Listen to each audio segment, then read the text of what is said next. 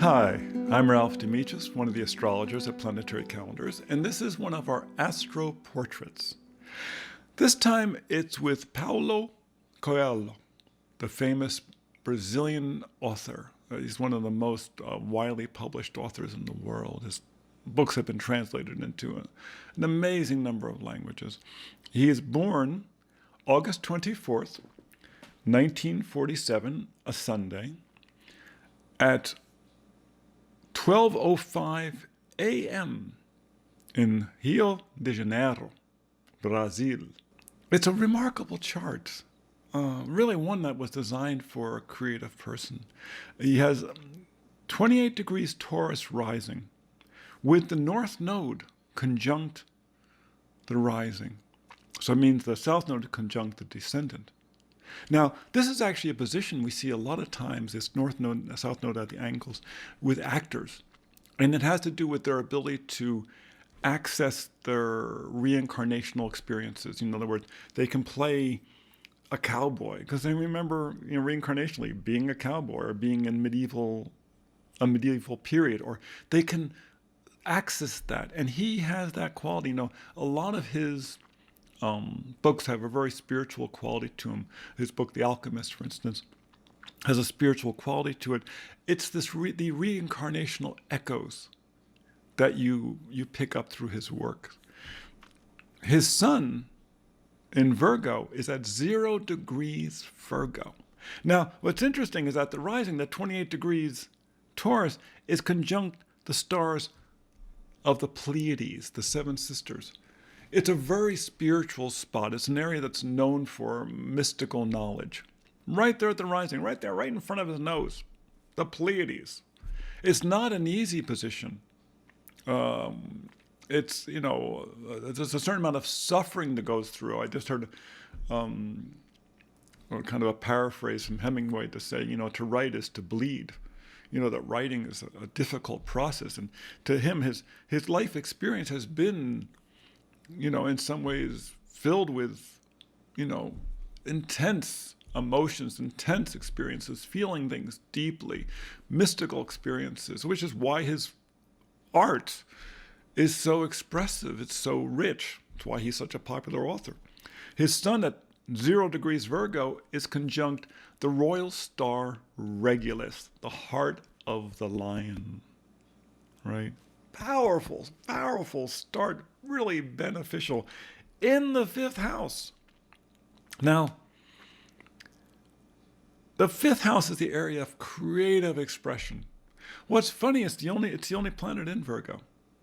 Now, there might be some hidden asteroids in there someplace, like small asteroids, but Regulus is enough by herself, or by his self, however she wants or he wants to be called. That energy is enough by itself.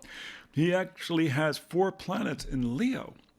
Pluto at 13, Saturn at 14, Mercury at 25, Venus at 27. So the Venus and the Mercury are definitely within Regulus's grasp. They're getting that, and it's Mercury and Venus in Leo, the sign of drama. And realize when you get that late in the sign, you're in sidereal and tropical Leo. So I oftentimes say the people born after about 23 degrees Leo are the true Leos.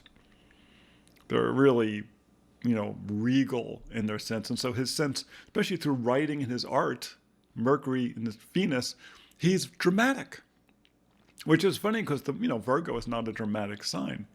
Though at 0 degrees conjunct Regulus, it has that potential. But really it's about doing the work, the creative expression, being a channel, being a pure channel. And in many ways with that nodal axis right at the rising setting, he is in some ways channeling his higher self. Now he's got Mars in Cancer. Mars in Cancer is actually called the fall position. It's very internalized. It's the confidant position. When he talks with people around him, they trust him. He's got Mars conjunct Vesta. Now, Mars conjunct Vesta is a real interesting position because Mars is about physical energy, it's physical body. Vesta is the flame. It tends to make people really energized. It gives them a huge amount of energy. In the third house, the house of writing. He's been tremendously prolific. When you sit him down to write, he can write for days, weeks, just put huge amounts of energy. He just energizes in it. When Mars in Cancer is not a real, it's not an external position, it's reacting. He reacts to his impressions. It's a responsive position. So he's reacting, he's responding to what he sees and what he feels. Through his writing, it's not someone who really is comfortable being out there in the world. Many actors and many very successful people, all of the planets are on the upper part of the chart. You look at politicians, most of the chart is up in the top part of the chart, up in the open world. Many artists or writers, they have a lot more below the horizon. There's a lot more in a personal life. His chart is mostly under the horizon. In fact, the only major planet that's actually above in the daylight is the moon. And it's getting ready to set at 6 degrees Sagittarius. So it's in the 7th house. Or actually, the 8th house is just about to set. But it's just, the ascendant was at 28 degrees Scorpio, the descendant. And, the sun is 8 degrees above that. So that's the only place. What's interesting is that you see this in a number of places. His partnership, I don't really even know that much about his life, but his partners, his spouse, the people he works with, have been very, very influential. They've been instrumental in his ability to work, in his ability to get published, in his ability to accomplish, in his ability to express. He's someone who really needs a muse. He needs someone who guides him and leads him and pairs with him. There's a great quote by Carrie, the comedian and actor. Behind every great man is a woman rolling her eyes. There many very successful men have spouses that have been, instrumental in their success. They really are teams, and he is one of these people who his partnerships have been incredibly important to him. Especially that Jupiter in Scorpio in the 7th house is at 19 degrees Scorpio. It's connected to some stars that are brilliant. It's connected to stars that are brilliant, intellectually brilliant. So he tends to partner with intellectually brilliant people. Possibly someone from a foreign land, Jupiter, who are very highly educated, or from a foreign land, highly brilliant. I have to look at his bio. I really just looked at the chart, and I'm a little familiar with his writings. In fact, he was a Virgo. It's one of the reasons I did it. But what's interesting is all those fixed star connections. Regulus, the Pleiades, Pallas Athena at 9 degrees. Pisces, I think is that Fomalhaut? Is that Aldebaran? It's one of the two. It's another one of the royal stars. Pallas Athena, skills, conjunct the midheaven. In the 11th house, getting published, high skills.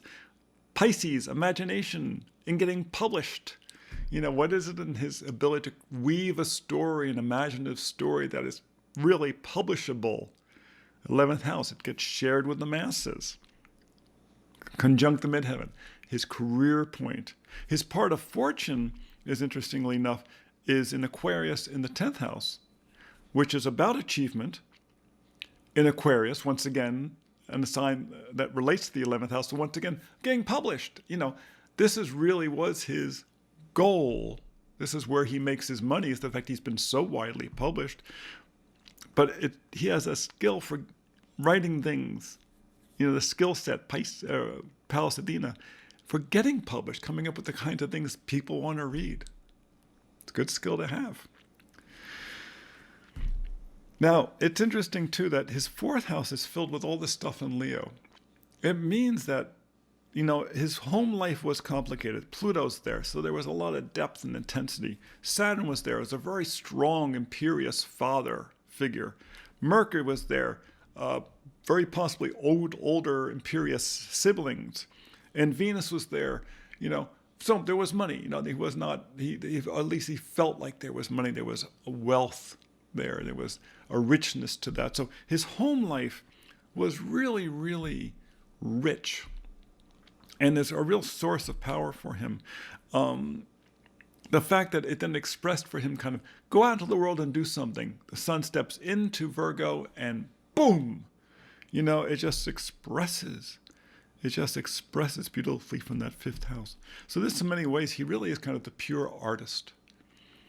His from the sun in the fifth house to Pisces at the midheaven, he really is the pure artist. There is no real artifice there.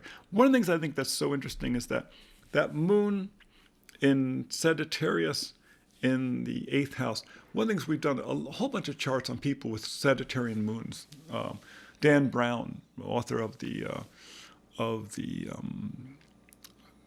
Vinci Code, also has a Sagittarius moon. He's a Cancerian with a Sagittarius moon. Who else? We just did someone else recently who had a Sagittarius moon that was very powerful. Let me see if I can find that.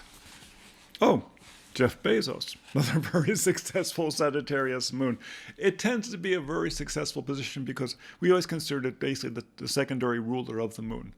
It gives great optimism and flexibility. Remember, Sagittarius is a mutable sign, so it's flexible. The moon likes that. It likes the flexibility, and yet it's optimistic.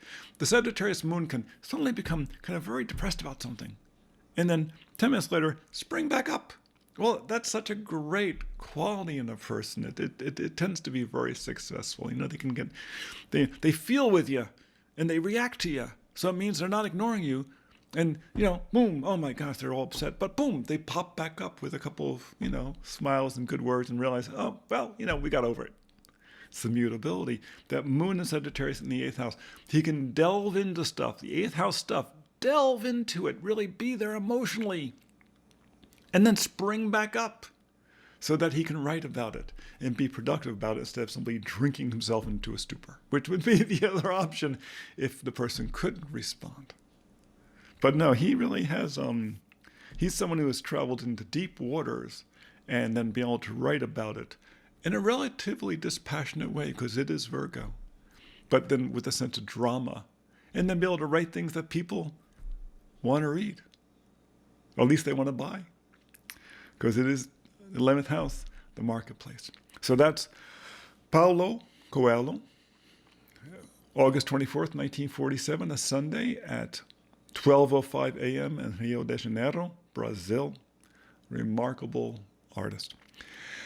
Make sure you come back and see us on Tuesdays when we do our astro portraits, and come see us on Fridays when we do our forecast for the coming week. You can find all those at Planetary Calendar Astrology with Ralph and Lonnie and on YouTube. And you can also find those at planetarycalendar.com, where you can also find, of course, your planetary calendar to buy and all of our books. So until next time, be well.